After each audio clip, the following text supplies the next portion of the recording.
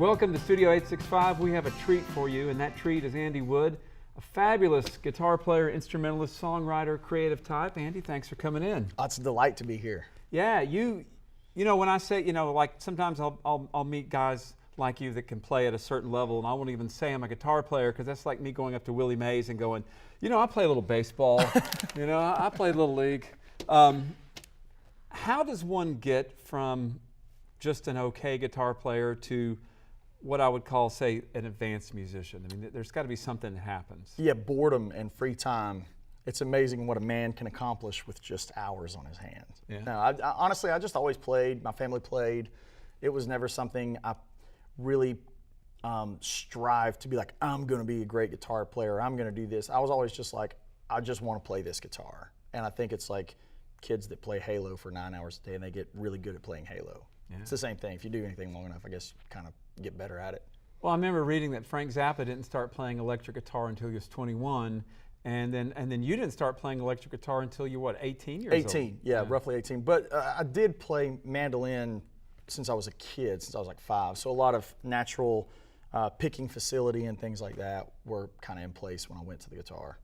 And it's interesting you talk about the mandolin because on some of the songs on your new record, you told me they were written initially on mandolin and then you sort of mutated them for guitar pieces. Yeah, so this is my third studio album and my fourth album. I have a live album in there. So when I went to make this record, I intentionally was like taking a scope, a look at the entire guitar scene in Instagram and YouTube and all the guys doing all the things, and I had this innate fear of like making another guitar record that was just another 10 songs, minor key rock. It's just like, I just don't want to bring any more sand to the beach. So the way that I've dealt with that was write on mandolin and then go back and bring in an electric guitar to play the lines or whatever. Songs like Forgotten Secrets, that whole B section, the middle section of it, it was written on mandolin. And that's the way I dealt with a lot of the record when I kind of got off. I felt like I was getting in a rut or something, or maybe regurgitating other thoughts. I was like, well, I just don't need to play the guitar. Play a different instrument, and then bring it back to the guitar.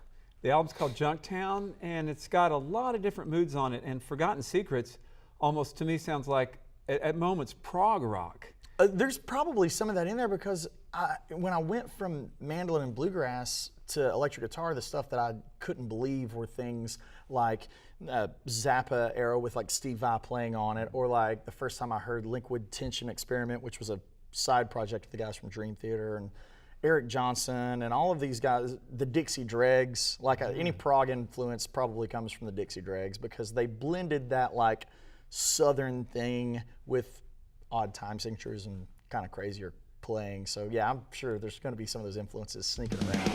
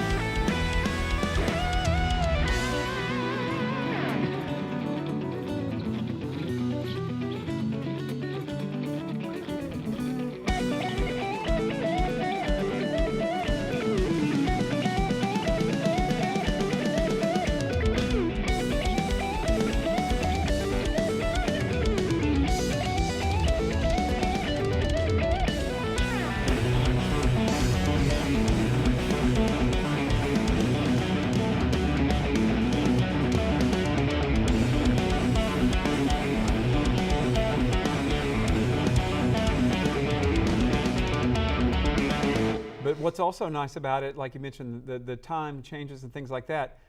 You do it in a way that, for me, it doesn't sound like, hey, I'm doing a time change. Because at first, I didn't even notice when you were playing Forgotten Secrets, like, oh, I just sort of later noticed, oh, he switched into a different time signature. Yeah, it's subtle. I try to do anything where it's not so, especially with this record, I didn't want anything to be so overtly on the nose of like, hey, look at this trick.